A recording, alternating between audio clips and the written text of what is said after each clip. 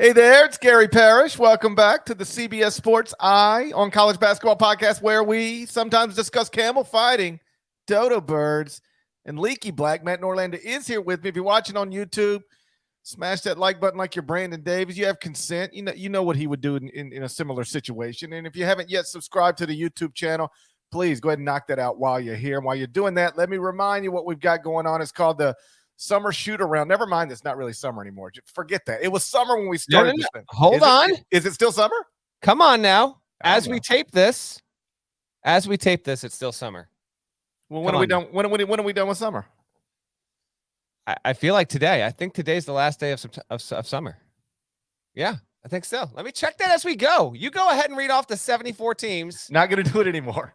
I decided I'm done with that. Everyone knows. I'm done with that. Everyone knows what the deal is here with this. I feel like everybody, you guys should know by now, but it's a summer shoot around. It's the last day. Yeah. We're trying to, today is the last day of summer.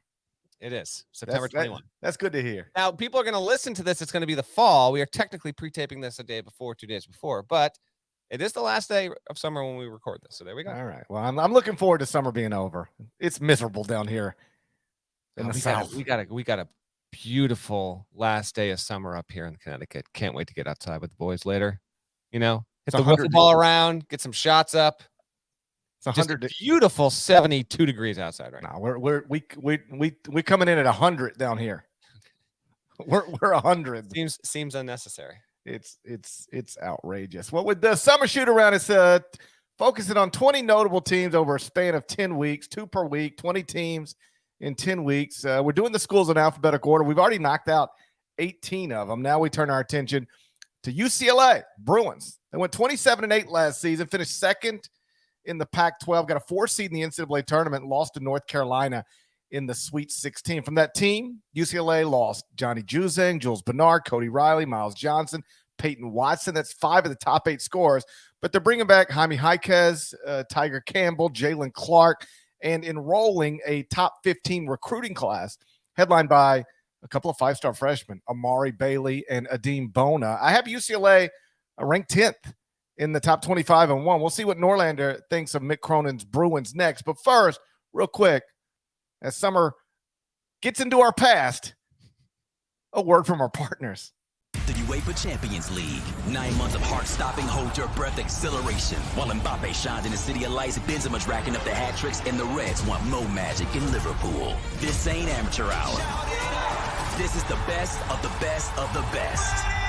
This is the UEFA Champions League. Stream every match live on Paramount+. All right, dead leg. I've got UCLA 10th in the top 25 and 1. That's 10th in the nation, first in the Pac-12. Are you a believer in what will be Mick Cronin's 4th team at UCLA? Yeah, there have been some other episodes in our summer shoot-around series. You want to tell them all the teams we've done? Kansas and Kentucky. Okay. There have been some teams where I've been like, GP, you're a little too high on this. You're too low here, I think. I'm going in on UCLA. I think I'm gonna have this team top 5, 6, 7 in the country. I'm going all in based on the strength of, well, one, I think Jaime Jaquez will have a real shot at being a first-team All-American, and then the incoming freshman class, and a Pac-12 that, you know, it'll be all right, you know. But losing Juzang and Bernard, that's obviously big. Cody Riley being gone is certainly something. Peyton Watson was barely, you know, I don't want to say he was barely used, but he was not a big minutes getter. He wound up going 30th in the draft. He's with the Nuggets now. But Tiger Campbell coming back is probably the single biggest reason why I'm going to pick UCLA to win the Pac-12 and to be in contention for a 1 seed, but probably land on the 2 line overall. I think his experience, this is just a prediction. I think Tiger Campbell's veteran play, really smart player.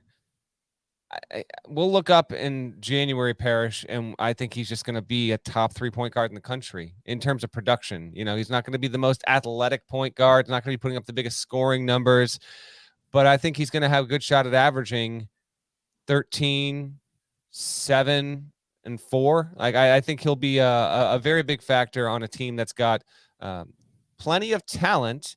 And yes, Cronin obviously has had plenty of success. He's had an NCAA tournament level team all 3 of his years here, which is no shock. He's the greatest coach in UCLA history. with a sterling 68-30 record with 40-17 in the Pac-12 to this point. You buying what I'm putting down there with Tiger Campbell? You know, it just in the likelihood he could be among the 3 or 4 best point guards in the country. And with that, I'm basically saying he'll be right there with Jaquez with being an All-American. I think that could be the case with UCLA. We get to the end, we're voting on this stuff, GP, and those 2 guys are 2 of the 15 to 20 best players in the country. 7 assists per game is a pretty big number in college basketball, but I wouldn't rule anything out. I love Tiger Campbell, and I love like a program returning a guy at that position who is so rock solid. And so he's just been there. I mean, he's been first team all Pac-12 each of the past 2 seasons. And though he didn't shoot well from 3 early in his career at UCLA, he shot 41% from 3 last season on 3.7 attempts.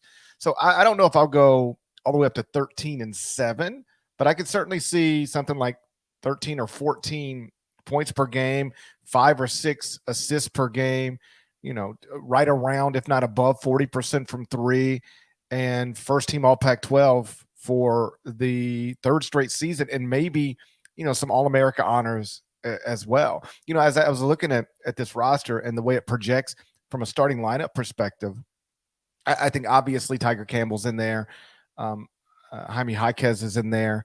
Jalen Clark probably in there. So you've got 3, returning guys who have played meaningful minutes, if not been stars on, accomplished basketball teams. I mean, for Tiger Campbell, Jaime Jaquez, these guys have, they've been really important players on 2 Sweet 16 teams, on a Final Four team. And then you supplement them with 2 5-star freshmen in the starting lineup. It's a lot like the Kentucky projected starting lineup: 3 veterans and 2 5-star freshmen. And with Jaquez, like I haven't quite figured out my first team All-America ballot yet, but he'll get consideration for it. And I won't be surprised if he whether he starts there or not, ends up as a Pac-12 Player of the Year and first team All-American. I thought Mick Cronin, in an article I read recently, I believe it might have been Seth Davis, the great Seth Davis, sitting down with Mick for a story that was in The Athletic. But he called Jaime Jaquez a glue guy star, which is not a term I'd ever heard before, I don't think. But it seems to fit. Like, it's the guy who does all the little things, right? He guards, he rebounds, he'll dive for loose balls. But he's also like a legitimate, can be a star, best player on a very good team. And so when you got, at the very least, 2 proven guys like Tiger Campbell and Jaime Jaquez, and then you're throwing 2 5-stars there with them, I mean, that's a team that absolutely, like, if you told me UCLA was in the Final Four for the 2nd time in a 3-year span, there's nothing crazy about that at all. Nope. Jaquez averaged 13.9 points last season, 5.7 boards. I do think those numbers will go up. I think UCLA will be a team that will be able to defend at a high level, but will also be able to score, because I think there's going to be a lot of points to go around with this. Like Amari Bailey, how is he not going to be able to get points on the board? UCLA ranked 12th in offensive efficiency last season, 16th in defensive efficiency. The year before, UCLA was 11th in offense when it went to the Final Four. Obviously, the Final Four run boosted those numbers. I think UCLA is going to be a top 10 offense in the country. And I think between Campbell, Jaquez, and Bailey, and maybe even Jalen Clark, I'll say 4. I'll say they have 4 double-digit scorers. Jalen Clark, junior guard, he played 18 minutes a game last season, 6.7 points. He's got to probably be the step-up guy here, right? You figure if he's in the starting lineup alongside Bana and Bailey, he's got to probably step up. But I think they're going to be trouble. I like this roster and how it's been put together a little bit more than Arizona personally. We obviously did an Arizona episode. Those 2 teams set up objectively as the top 2 teams yet again, and thankfully the Pac-12 schedule has them playing official to that league. I like UCLA a bit more. I don't know how deep the team will be, and so anytime we talk about a team that's got a really good offensive upside, will they play more than 7 reliably? And if they don't do that, are you susceptible to injuries? There's something to be said for that as well. But there's a lot to like. You're losing Juzang is, that's significant. But there are plenty of other teams we have projected in the top 10 who are also losing a player of similar value to what Johnny Juzang brought to UCLA. He still was a pretty good player last season. I would argue that from a media fan and coach's standpoint, Juzang, he actually might have fallen a little bit short of what was expected when he decided to come back after, catching fire and becoming a national star in the sport when UCLA went to the Final Four there. But I do like Jaquez to kind of step up and grow. And I get what Cronin's saying, being a star glue guy. I think he'll just become a straight up star there. And UCLA not having a singular guy to, like, it's not like Jaquez is going to command the ball on every single possession, need to get his touches, and need to get up 20 shots a game. Absolutely not. I think UCLA will be dangerous because on any given night, I'll say this. I think that Jaquez, Campbell, and Bailey will each among them will have at least 6 or 7 games apiece where they are the leading scorer for UCLA, and having that kind of dynamism while still always relying on Campbell to be the guy, just having a veteran point guard that knows the staff, knows the system, knows how to run it. I think that's going to pay off big time once we get to Pac-12 play, and why I think UCLA will be a clear-cut top 10 team this season. It's interesting. You and I do not discuss these at all before we start taping. And yet, as I'm sitting here looking at my notes, one of the things I wrote, like, is there enough depth? Because David Singleton is really the only established returning projected reserve. Kenneth Nuba is probably your backup big, but he only played 6.4 minutes per game last season. So there's not, like, if we're going to put Campbell, Clark, Jaquez in the starting lineup, there's not much returning proven stuff on the bench. They are adding, a top 50 point guard, Dylan Andrews, out of the class of 2022. So I could see him playing 7 or 8, but you are going to be, and this is probably true in most places across the country, you're going to be asking some guys, though they have some undeniably proven and reliable high-level guys in Campbell and Jaquez, you're going to be asking some guys, to play larger roles than they've ever been asked to do. It doesn't mean they can't do it. It just means they're going to have to be a little different than what they've been. Another obvious thing with this roster is, though Tiger Campbell is clearly the point guard, Amari Bailey does play with the ball in his hands. Yeah, he's like a true combo. Yeah, for sure. Yeah, and so how does that work out? I mean, I'll just trust that 2 talented guys like that are going to figure it out. One guy's I don't know that Tiger Campbell, he's 5'11". I don't know what his NBA future is, or even if it exists. But he's a great college basketball player. And Amari Bailey, he's a legitimate NBA prospect. 6'5", great athlete, good body, plus defender. Needs to improve as a shooter, which is something you say about most 6'5" athletes. But, this guy is an incredible shot creator off the dribble, and somebody who I'm assuming is going to, score big points right from the jump for UCLA. I would expect that as well. Before we get to the, and then of course, oh gosh, no. Let's just, we're cruising here. We're cruising. Do you know what time it is in Westwood right now? Do you know what time it is in Westwood right now? Go ahead. It's bad bitch o'clock. It's thick 30. Thick 30. It's thick 30. Woo! Amari Bailey's going to be the most treacherous season you've ever had employed at CBS. It's thick 30. It's thick 30. Let's watch yourself a clock in Memphis right now. That's all I know. Watch yourself a clock. Thick 30. It's going to be a scene. Man. It's going to be a scene. Let's do we'll obviously get to the passing of Jalen Hill before we get out of here, but let's do over-unders on the regular season. Jesus. We'll do the over-unders on the regular season right now. Here's the schedule to know. Non-conference, UCLA. They've got Illinois and Vegas on November 18th. Then 2 days later, they'll either play Baylor or Virginia. That's the Continental Tire Classic. So a wonderful 1-2 there. That's 4 teams. Parrish, do you have Virginia ranked? I would rank them top 20. I had them ranked at one point. They got pushed out when other teams added people, but they're right there. Okay, And if you're I right were there. starting from scratch with the top 25 and 1, I would probably have them in there, if only because I had 2 ACC coaches tell me Virginia is going to finish top 2 in our league. There you go. Well, you know what? They're your rankings, and you can do it whenever you want. It's been a while. It's been more than a month since we had a top 25 update. Yeah, but my rule is I don't change just to change. Okay. But maybe you know Doesn't what? feel like that actually, Maybe that's not changing just for changing. Maybe the explanation is we did a candid coaches survey, correct. and I talked to a bunch of coaches, and they're like really high on Virginia in a way that suggests I should probably be a little higher on Virginia. Point is, Maybe at my age, I don't need to be so set in my ways with these rules that I invent for myself. You know, that's correct. That's precisely it. So 4 top 25 level teams at that event. They'll start with Illinois, and then they'll play Baylor, Virginia. They'll play at Maryland, which is nice, on December 14th. That's a wonderful non-conference game between. I literally just realized this because that's between future conference members.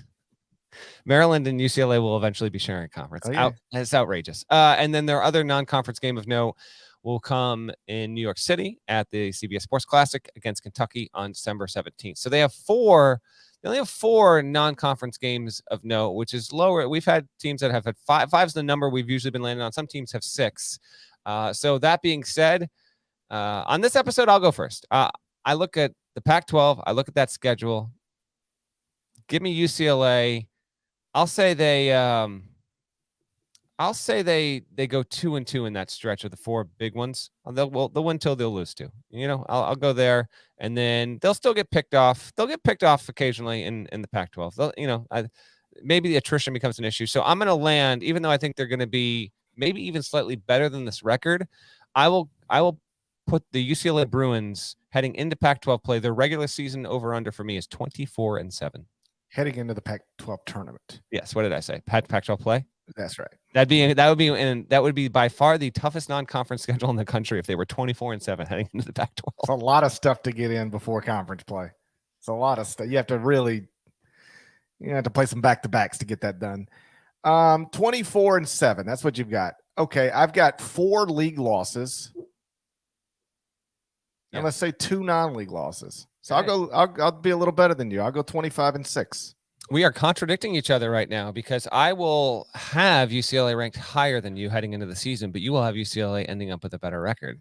Don't know how we're going to square that circle, but we'll figure out a way, I guess.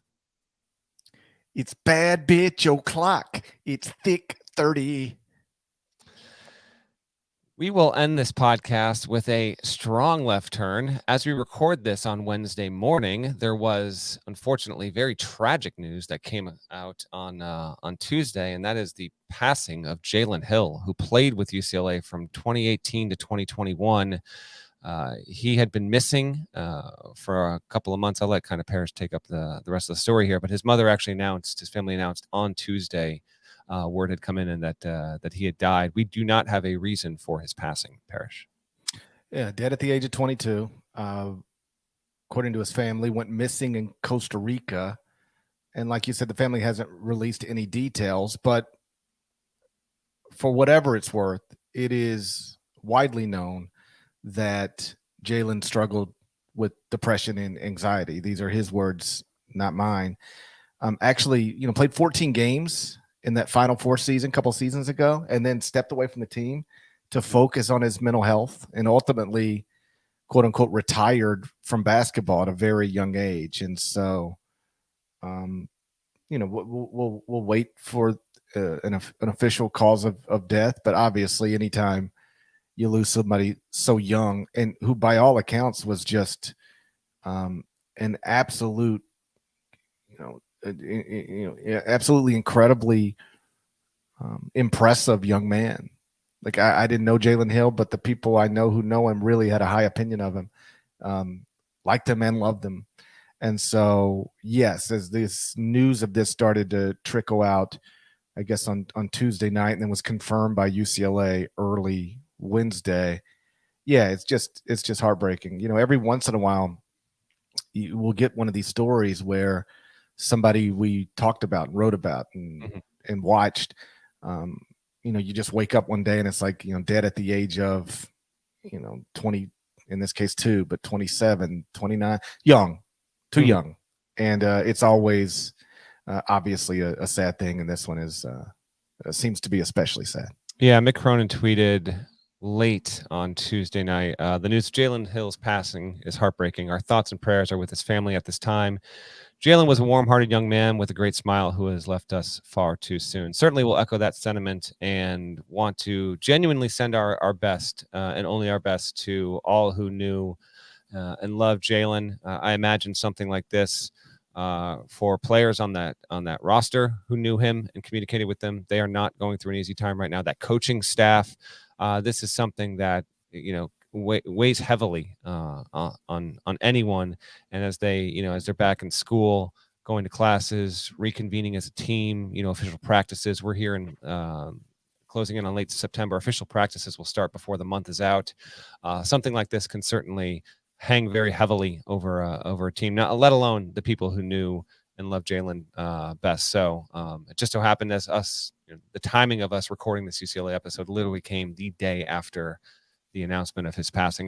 Very, very tragic. And we send our best to him and the UCLA community. And I would imagine, I don't know this to be fact, but he wore number 24. I would think that 24 will be stitched onto the uniforms for the entirety of the season, and the program will honor him that way for the 22-23 campaign.